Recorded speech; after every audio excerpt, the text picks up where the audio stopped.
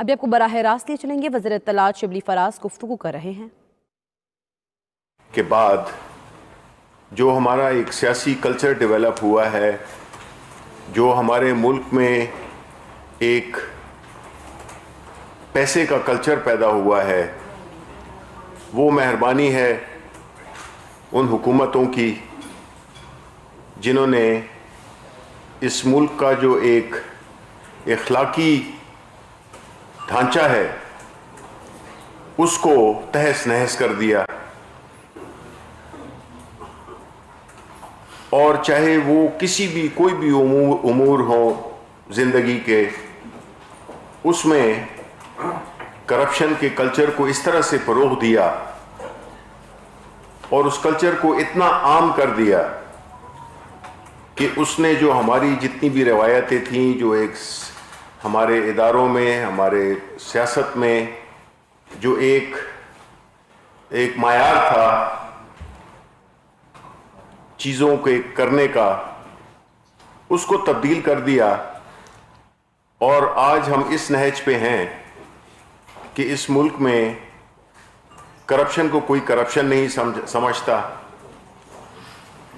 कोई ये नहीं समझता कि कोई हलाल की रोज़ी में और हराम की रोज़ी में फ़र्क क्या आ रहा है। तो बाहर कैफ इस कल्चर की जो रूह रवां थे वो माजी की हुकूमतें थीं, जिसमें कि पीपल्स पार्टी भी शामिल है, जिसमें कि मुस्लिम लीग नून शामिल है। वो तो उनका तो किरदार सबसे कलीदी है। मौलाना फजलुर रहमान, ये सारे वो लोग हैं जो कि अपनी सियासत को एक तब्दील कर दिया। सियासत जो कि मुल्क के बेहतरी के लिए, आवाम की बेहतरी के लिए एक एक्टिविटी थी, उसको इन्होंने कारोबार में तब्दील कर दिया और इन्होंने सियासत को जरिया बनाया कारोबार का। और वो प्राइम मिनिस्टर से लेकर फिर वजीर और फिर इस तरह नीचे पूरा जो एक तरतीब है, तो उससे पूरी कौम का जो एक इखलाकी मायार था उसको तार तार कर दिया। सियासत में भी जो पॉलिटिकल पार्टीज जब अपना पार्टी को चलाती हैं तो उसके लिए ज़ाहिर है कि फंडिंग की भी ज़रूरत होती है, और उसके लिए तरीक़ाकार क्या था। जो बुनियादी पार्टीज़ थीं, ये जो पीटीआई के आने से पहले वाली पार्टीज़, जिसमें कि जिस तरह मैंने जिक्र किया पीपीपी, पीएमएलएन और बाकी जो मौलाना फजल रहमान भी उस वक्त में शामिल हो गए, उनका तरीका क्या होता था कि वो लोगों से मुख्तलिफ ज़राए से बड़ी बड़ी डोनेशंस लेते थे। बड़े बड़े ग्रुप्स के, बड़े बड़े जो कुछ क्रिमिनल, कुछ और किसी भी माफियाज के सरबरा, कब्ज़ा माफिया, हर किस्म के जो कारोबार में लोग होते थे, उनसे वो बड़ी बड़ी डोनेशंस लेते थे और वो उन अकाउंट्स को इस्तेमाल भी करते थे मनी लॉन्ड्रिंग के लिए। और उसके साथ क्या हुआ कि जब ये 2016 में हनीफ अब्बासी ने इमरान खान के अगेंस्ट केस किया, तो उस केस की बुनियाद ये थी कि ये फॉरेन फंडिंग का जो मामला है, इस पे इमरान खान जवाब दें। 2 केसेस थे उसमें, एक तो बनीगाला की रेजिडेंस थी और दूसरा ये पार्टी फंडिंग का था। वो हमने देखा सुप्रीम कोर्ट में वो चला और जो कोर्ट की डिसीजन आई तो उसमें इस वक्त के प्राइम मिनिस्टर इमरान खान को सादिक और अमीन डिक्लेयर किया गया, और जो दूसरा पार्ट था उसके लिए वो डेफिनेशंस भी तय हुई कि फॉरेन फंडिंग क्या होती है। फॉरेन फंडिंग वो होती है जब आपकी कोई भी पॉलिटिकल पार्टी किसी भी हुकूमत से, किसी ऐसे बड़े इदारे से या किसी हुकूमत की हिमा पे आप फंड्स रिसीव करें, उसको फॉरेन फंडिंग कहते हैं। मैं ये इसलिए कह रहा हूं कि इनको समझ भी नहीं है कि फॉरेन फंडिंग क्या है और प्रोहिबिटेड फंडिंग क्या है। तो जो केसेस थे पीटीआई के, वो फॉरेन फंडिंग से तो वो एक्सेप्ट नहीं हुए, लेकिन साथ ही में इलेक्शन कमीशन ऑफ पाकिस्तान को ये हिदायत की गई कि वो इसकी स्क्रूटनी करे। पाकिस्तान तहरीक इंसाफ ने अपने तमाम अकाउंट्स, और ये मैं बताता चलूं कि पाकिस्तान तहरीक इंसाफ वो पहली पार्टी जो कि ये बड़े बड़े मगरमच्छों से पैसे लेकर पार्टियां चलाते थे, और फिर जब हुकूमत में आते थे तो उनको ज़ाहिर है कि उनके जो उन्होंने इन्वेस्टमेंट की होती थी उनका फेवर भी फिर वो रिटर्न करते थे। तो इस तरह एक कल्चर पैदा हुआ जिसमें कि आप मेरे लिए कुछ करो, मैं आपके लिए करूंगा, और वो सिलसिला बहुत आगे तक बढ़ता गया। पाकिस्तान तहरीक इंसाफ ने जो कल्चर लाया वो क्या था कि इन बड़े माफियाज से मुकाबला करने के लिए हमने पार्टी में डोनेशंस का सिलसिला शुरू किया, जिसमें कि हमारे वर्कर्स, हमारे लोग, जिस तरह के प्राइम मिनिस्टर साहब ने अपने लिए अस्पताल के लिए चंदे इकट्ठे किए, तो हमारे वर्कर्स, हमारे मेंबर्स, हमारे खैर ख्वाह,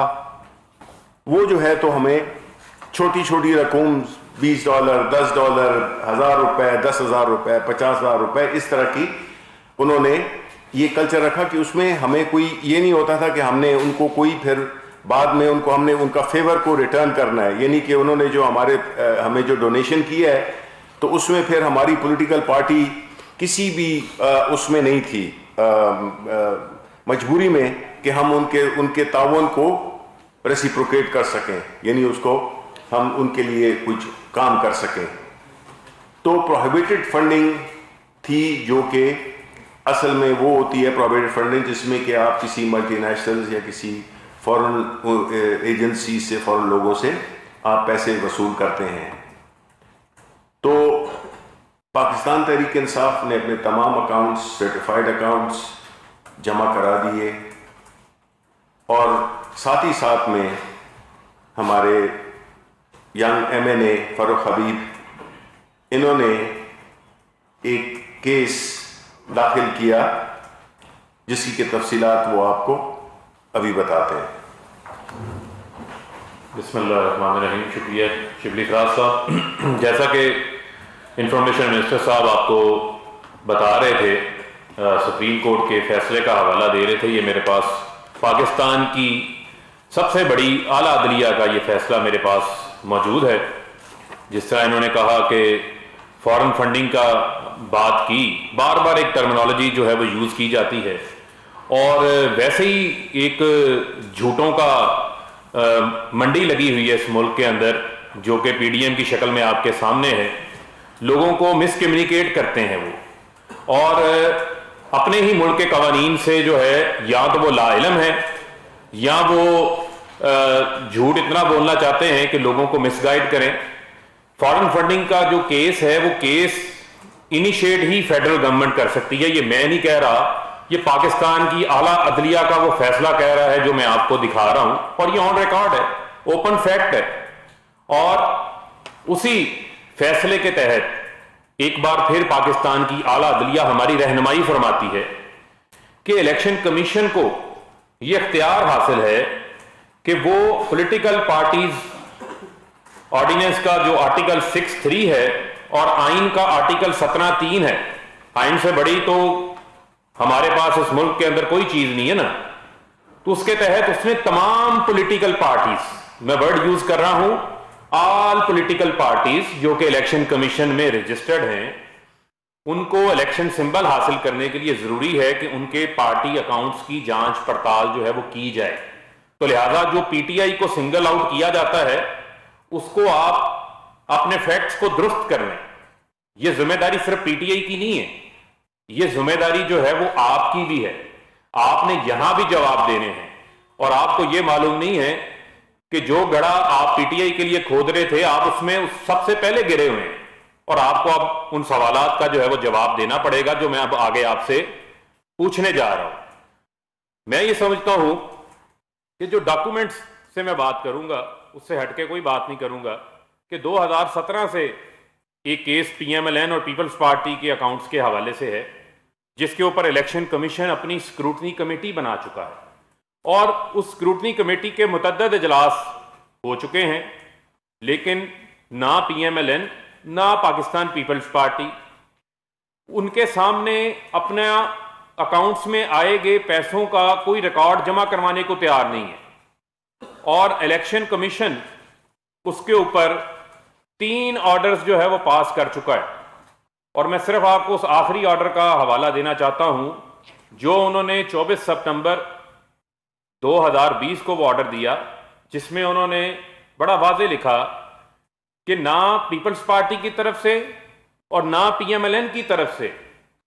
बारहा स्क्रूटनी कमेटी के पूछने के बावजूद, ये मैं नहीं बता रहा, ये इलेक्शन कमीशन का ऑर्डर बोल रहा है, स्पीकिंग ऑर्डर बोल रहा है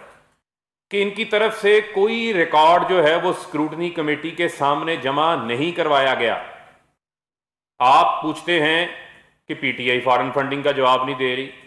आप अपना जवाब तो देना। आप अपना जवाब देने से जो है वो कासिर हैं और उसकी तफसीलात सामने मैं रख देता हूं आपके कि पीएमएलएन यूके के अंदर as a private limited company के तौर पर रजिस्टर्ड है। क्या कभी कोई सियासी पार्टी भी प्राइवेट लिमिटेड कंपनी बनती है? प्राइवेट लिमिटेड कंपनी का मतलब यह है कि आप यूके के अंदर किसी भी तरह का कारोबार कर सकते हैं, आप किसी भी तरह की वहां की कंपनी के अंदर किसी भी किस्म का कोई कॉन्ट्रैक्ट कर सकते हैं। वो भाई आपके कामे तो पहले ही निकल आए हैं,